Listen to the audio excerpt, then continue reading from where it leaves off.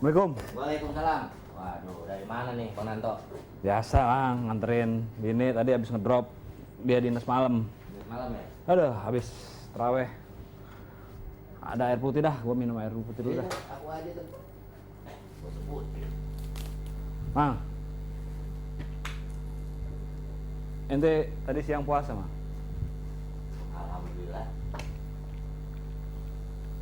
Kalau aneh pikir-pikir ya tadi di jalan gitu kan habis pulang kantor macet-macet, semua orang pada sabar gitu ya, naik motor, naik mobil. Biasanya kan pada kalau ngeliat Ada kerudung. sanak duduk ini kagak tertib gitu kan, sabar kali sambil nunggu buka puasa biar kata macet gitu ya. Terus aneh ngeliat di perkantoran juga kan, itu yang dari bos-bos sampai relasi. Aneh tanya, Pak puasa? Insya Allah. Bang, bagus bener ya? Apa jadi? Kalau saya pikir jadi hikmah puasa tuh buat saya tuh kebersamaan. Jadi nggak kenal kasta, Nggak ada perbedaan. nggak ada perbedaan. Dari pejabat, dari bos kita sendiri, sampai kuli, sampai buruh bangunan. Assalamualaikum. Waalaikumsalam. Ustaz. Waduh, Tat. Kabar nih. Alhamdulillah, Tat. Baik. Baik. Pakai jaket tuh, Tok. Habis nganterin istri, Tat. Biasa dia dinas malam. Subhanallah. Ini lagi cerita-cerita. Iya. Saya tadi ngambil kesimpulan seharian gitu ya di jalan, terus di kantor. Terus tadi istri juga sempat ngomong gitu kan. Jadi ternyata semua karyawan puasa. Pimpinannya, bos-bosnya juga puasa. Yang mohon maaf, yang beragama lain pun dia menghormati, Tat. Jadi kalau makan siang nih, biasanya dia makan di ruangannya, dia sembunyi-sembunyi. Alhamdulillah ya. Ada Subhanallah. pengertian kayak begitu. Itu dia. Nah, itulah salah satu daripada hikmah puasa di bulan Ramadan. Iya, iya. Nah, menurut tafsir Al-Maraghi Mm-mm. yang ditulis oleh Syekh Ahmad Mustafa Al-Maraghi, ketika beliau menjelaskan ayat Allah Subhanahu wa taala tentang puasa di bulan Ramadan, maka beliau mengatakan ada 5 hikmah berpuasa di bulan Ramadan. Salah satunya betul seperti yang ente bilang, Tok.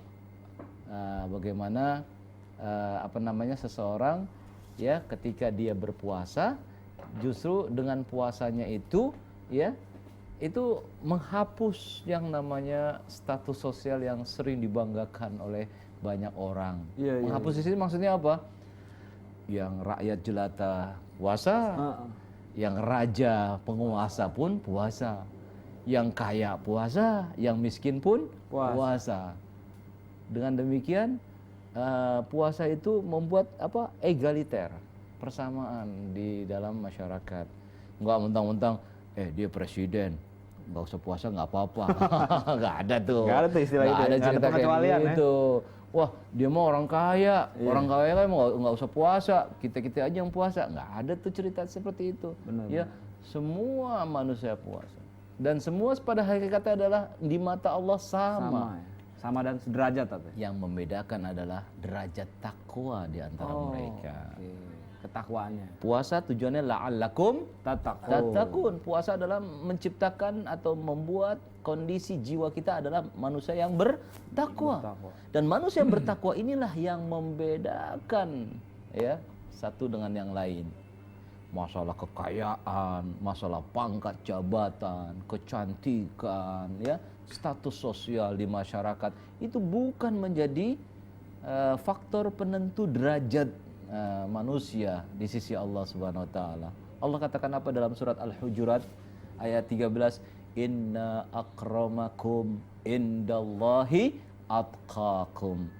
Manusia yang paling mulia di sisi Allah adalah orang-orang yang bertakwa. Jadi yang namanya takwa ini adalah merupakan katakanlah ujung daripada semua ibadah-ibadah yang diperintahkan oleh Allah Subhanahu wa taala. Coba lihat aja. Puasa tujuannya apa? Takwa. Salat tujuannya menjadikan kita orang yang bertakwa. Banyak ibadah-ibadah bermuara kepada takwa. Jadi manusia tuh berlomba-lomba ya, Tat, Betul. untuk menuju kepada suatu ketakwaan. Ketakwaan, karena bekal yang paling baik adalah takwa. Fatazawwadu fa inna khairaz zadi taqwa. Berbekallah kalian, maka bekal yang paling baik itu adalah apa? Takwa kepada Allah Subhanahu wa taala. Nah, itu yang pertama. Bagaimana puasa Ramadan itu menciptakan suatu kondisi yang sama, persamaan derajat manusia di sisi Allah Subhanahu wa taala. Dan itu sebuah pertanda bahwa nantinya masyarakat ini semua akan dikumpulkan dalam suatu tempat yang kita sebut dengan padang mahsyar nanti, itu dalam keadaan semua sama. Kedudukannya di sisi Allah Subhanahu wa taala. Yang membedakan apa? Mana di antara mereka yang paling bertakwa kepada Allah Subhanahu wa taala. Yang kedua, Poin kedua berarti, Tat. poin kedua itu bahwa Syekh Mustafa Al-Maraghi mengatakan bahwasanya dengan puasa manusia itu dapat mengekang yang namanya hawa nafsu. Bisa mengendalikan hawa nafsu. Betapa ketika kita lagi berpuasa, apalagi di bulan Ramadan, ya, kita diminta untuk dapat mengendalikan hawa nafsu kita sedemikian rupa. Kecenderungan-kecenderungan atau dorongan-dorongan hawa nafsu yang membuat seseorang terkadang memperturutkan hawa nafsunya, ini diarahkan sedemikian rupa. Misalkan bukan berarti seseorang berhubungan seks itu dilarang dalam bulan Ramadan, tapi dibatasi. Jangan berhubungan kepada istri di siang hari.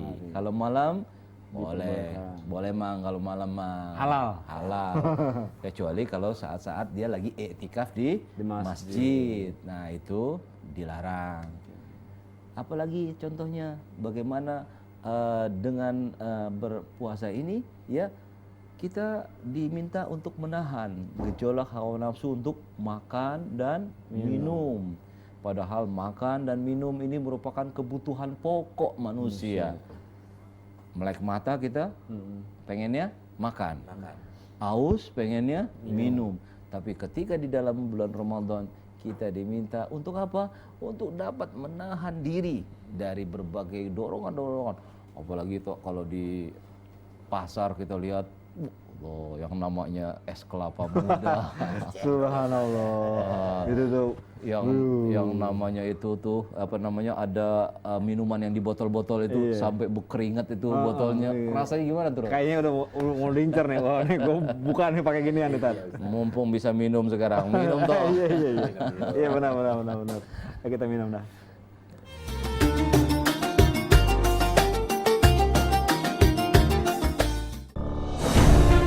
Ketika keindahan dunia merebak keselarasan, berbagi kemesraan. Ketika sejuta tangan merangkai kebahagiaan dalam kehidupan yang harmoni. Ketika zakat Anda wujudkan indahnya dunia.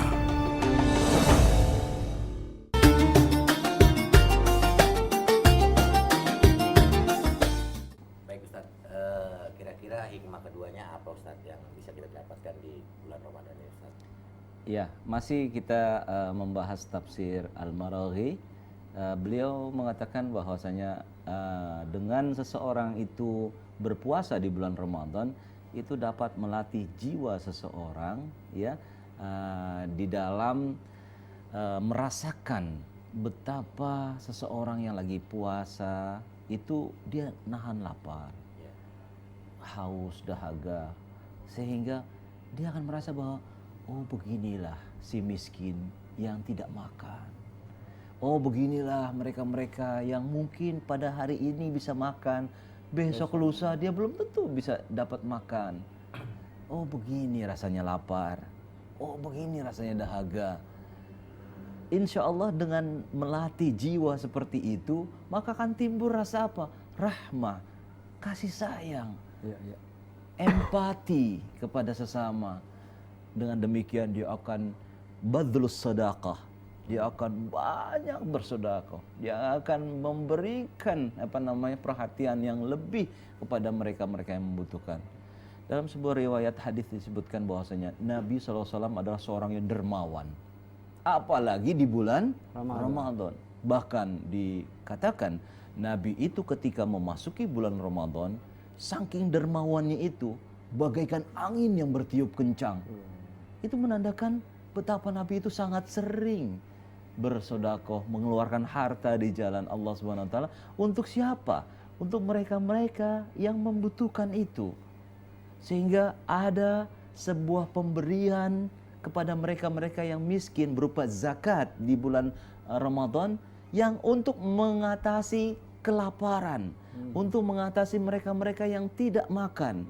Maka zakat itu kita sebut dengan zakat fitrah. Zakat jiwa masing-masing orang untuk dikeluarkan. Tu'matun lil masakin, sebagai pemberi makan bagi mereka-mereka yang membutuhkan makan, terutama menghadapi Idul Fitri. Jangan sampai mereka yang mampu bisa makan, sementara yang miskin di hari Idul Fitri itu tidak bisa makan. Justru pemberian zakat fitrah itu ya adalah berupa makanan yang biasa dimakan oleh ahli Madinah atau penduduk negeri, satu negeri, maka itu adalah untuk bisa supaya mereka makan di hari raya sebagaimana orang umumnya makan di hari raya tersebut. Perasaan itu yang harus ditimbulkan. Jiwa sosial itu yang akan timbul ketika seseorang mengalami puasa di bulan Ramadan. Bukan sebaliknya. Puasa itu hanya sekedar memindahkan waktu makan. Memindahkan waktu makan, ya, jadi pagi sampai sore dia tidak makan, akhirnya setelah buka puasa terjadi balas dendam. Jor-joran itu. Itu berarti nggak ketangkap hikmahnya. Justru hikmahnya itu adalah merasakan bagaimana orang miskin itu tidak makan, sehingga begitu mendapatkan makanan, insya Allah dia tidak akan serakah terhadap makanan. Dia akan sederhana di dalam mengkonsumsi makanan yang dia makan. Merasa betapa masih banyak orang-orang yang membutuhkan makan, sehingga perutnya tidak dibiarkan kenyang, sementara orang lain mungkin kelaparan. Ada kan sebuah hadis pernah kita bahas bahwa terkutuk seseorang yang perutnya kenyang sementara tetangganya kelaparan. Maka disunahkan di dalam bulan Ramadan ini kita berbagi makanan kepada mereka-mereka yang mungkin tidak memiliki makanan. Nabi SAW bersabda, siapa-siapa yang memberi makan orang berbuka puasa, maka dia akan mendapatkan pahala orang yang melaksanakan berpuasa itu tanpa dikurangi sedikit pun. Bayangan. Ente kalau dengar omongan Ustadz begitu, pengen bikin acara buka bersama nggak? Insya Allah. Nah kita kayak undang ya Tat ya. Buka bersama di sini. Maksud ente kopi gratis itu? Itu dia Tat, maksudnya Tat. Kan dia dagang. Oh beda ya? Beda. Oh, iya. Yang mampu yang memberikan makanan kepada orang yang berbuka puasa. Ketika Nabi menyampaikan seperti itu, sahabat ada yang bertanya, ya Rasulullah, mereka orang yang kaya dengan mudah bisa memberi makan mereka yang berbuka puasa. Nah kami tidak memiliki sesuatu yang bisa kami berikan kepada orang yang berbuka puasa. Jawab Rasulullah gimana Tat? Kata Nabi apa? Walau seteguk air, walau sebutir kurma. Dulu bandingannya adalah sebutir kurma. Nah kalau sekarang walau sepotong ayam. Salah ya. Gede banget. Roti lah gitu ya. Nah, walau mungkin seteguk air putih ya. Itu gorengan walaupun sepotong gorengan. Walau sepotong gorengan. Nah, ini menandakan bahwa untuk bisa memberikan makan orang berbuka puasa nggak terlalu harus mewah. Betul. Nggak mesti harus besar-besar atau harganya mahal. Sekedar itu saja, itu tandanya kita sudah bisa memberikan orang berbuka puasa. Tapi sekarang pahalanya luar biasa kan? Sekarang salah kaprah Tat. Kebanyakan orang-orang nih show off Tat. Buka puasa bersama di rumah atau di restoran. Wah, mewah-mewahan. Itu menurut Ustadz gimana pandangan itu? Jadi dia ya yang mohon maaf nih, yang artis, yang pejabat, yang menteri buka puasa bersama gitu kan. Tapi dia mengundang orang-orang yang nggak mampu sih ya, kaum Bagus. duafa gitu. Itu dia yang dimaksudkan adalah ayat kan ada berbunyi begini. Silahkan kalian makan, kulu washrobu, makan, minumlah kata Allah, wala tusrifu, jangan berlebih-lebihan. Artinya ketika kita mengadakan buka puasa bersama, ya mohon diperhatikan bagaimana hidangannya, jangan sampai berlebih-lebihan.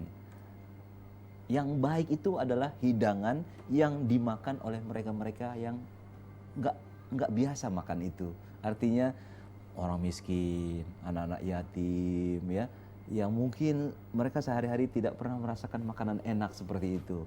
Tapi itu juga jangan berlebihan, karena sesuatu yang sifatnya berlebihan itu akan cenderung kepada hal-hal yang sifatnya mubadzir. Kalau mubadzir nanti akhirnya temannya setan juga. Wala tabdziru tabdzir, ya. Jangan kalian berbuat hal-hal yang sifatnya apa? Mubadzir. Innal mubadzirina kanu ikhwanasy syayatin. Sesungguhnya orang-orang yang berbuat mubadzir itu temannya siapa? Temannya setan, ya. Makanya toh minum, makan jangan berlebihan seperti itu. Iya deh, yang sedang-sedang aja. Oh iya. Ayo tat. Iya. Makan dulu. Baik.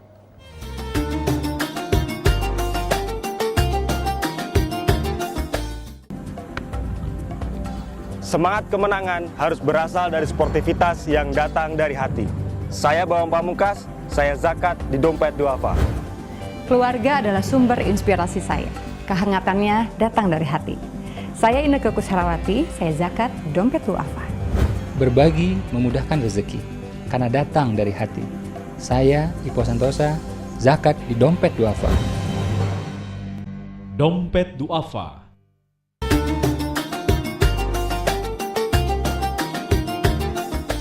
Ada lagi nggak Tat?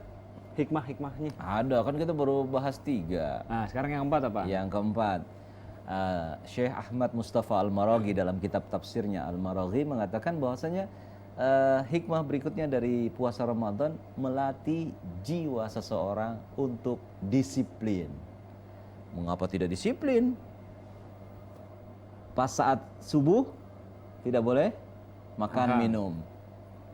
Terus dia disiplin sampai datangnya waktu maghrib. Tidak ada kalau misalkan, wah dia presiden, silahkan buka duluan, boleh nggak gitu? Nggak bisa. Sekalipun dia presiden, sekalipun dia pejabat, sekalipun dia orang besar, raja dan sebagainya, tetap dia harus disiplin. Kalau belum waktunya, ya nggak bisa. Pas saat ketika azan subuh selesai, dia harus berhenti makan dan minumnya. Bahkan ulama kita agak lebih hati-hati, yaitu ada waktu imsak. Nah, waktu imsak itu sebenarnya adalah supaya kita ini bisa menahan diri. Kata imsak itu amsaka yumsiku imsakan, arti menahan. Memang tidak ada semacam kewajiban untuk menahan makan dan minum, karena memang masih ada spare waktu sekitar 10 menit ya. Kalaupun misalkan kita terlambat bangun sahurnya ya, terus akhirnya kita masih makan di waktu imsak itu masih halal, tidak apa-apa. Yang membedakannya itu adalah ketika datang waktu subuh. Itu azan subuh selesai sampai di sana. Sehingga dia begitu disiplin melaksanakan ibadah puasa.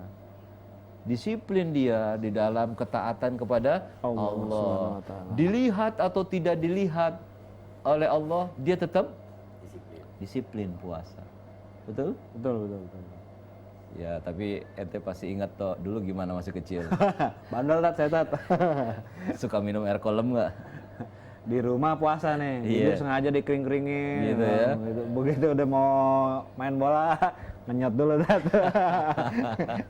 Habis jualan es, gimana dong? Gimana namanya juga? Apalagi es kelapa muda. Waduh, itu dia godaannya Tat. Itu berarti puasanya belum bisa melatih disiplin ya. Namanya juga masih anak-anak. Betul, tapi bagi kita yang sudah dewasa, itu puasa itu bisa melatih disiplin. Kenapa? Karena dilihat atau tidak dilihat oleh Allah, itu kita tetap puasa. Ya, mau diketahui atau tidak diketahui, karena memang puasa Ramadan atau puasa itu adalah sesuatu ibadah yang sifatnya apa? Sirriyah, rahasia. Hanya kita dan Allah yang tahu. nggak ada tanda-tanda bahwa oh dia puasanya bagus. Kenapa? Beludah melulu. Sering beludah gitu. Wah, mulutnya kering. Nggak Nggak sering ada. banget meludah ya? Nggak ada tuh ya apa namanya ketentuan seperti itu. Atau wah dia top loh puasanya. Kenapa? Lemes gitu, dilemes-lemesin sama dia. Enggak juga, bukan karena lemesnya atau bukan karena sering beludahnya dia itu bagus puasanya, tapi karena sikap disiplinnya dia menahan diri, waktu dan sebagainya, sampai-sampai Allah Subhanahu wa taala membedakan amal ibadah puasa seseorang ya, khususnya di bulan Ramadan dengan ibadah-ibadah yang lain. Apa kata Nabi dalam sebuah hadisnya? Dikatakan bahwasanya ya, kullu amal ibni Adam lahu illa siyam. Semua amal ibadah manusia itu pahalanya buat dia, bagi dia, illa siyam, kecuali puasa. Kenapa? Fa innahu li wa ana ajzi bih. Karena dia berpuasa karenaku, kata Allah. Seseorang puasa itu karena Allah, itu bahkan nanti akan dibalas ganjarannya oleh siapa? Allah langsung. Subhanallah. Kita ibaratkan seperti sebuah perusahaan deh. Ente kerja di mana? Di perusahaan ekspedisi. Nah, ketika ente dapat gaji, biasanya kan ente terimanya dari bendahara atau bagian keuangan.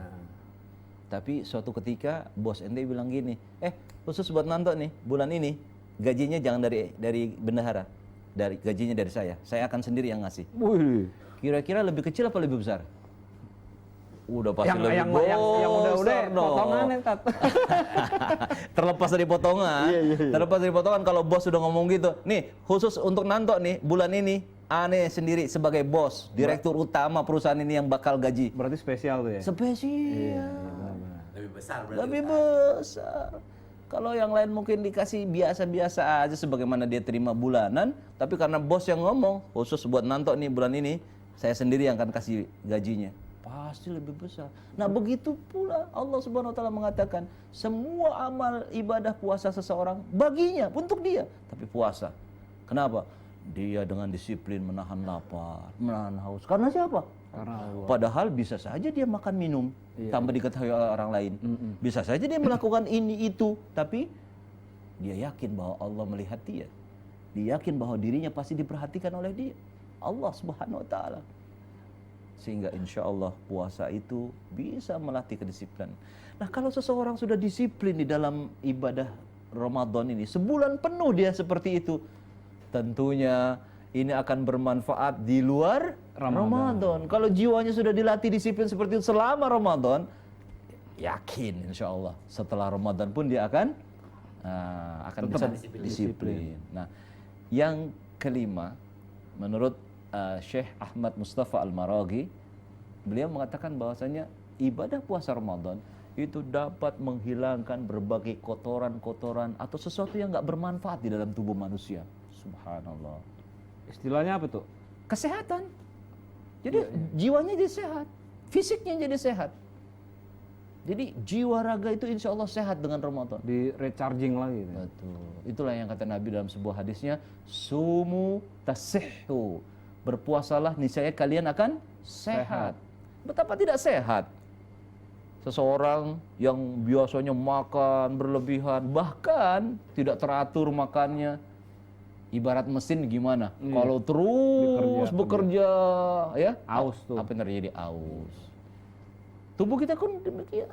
Kalau misalkan dipaksa terus untuk mengolah makanan dan sebagainya, tentu akan lelah, capek, dan itulah akan membawa berbagai penyakit. Maka dengan datangnya bulan Ramadan, sebulan penuh kita dilatih untuk bagaimana kita secara baik mengelola, mengatur makanan kita. Jadi sekali lagi, jangan setelah kita buka puasa, kita makan semua hidangan yang ada tanpa memperdulikan perut kita. Ya, apa gunanya itu puasanya?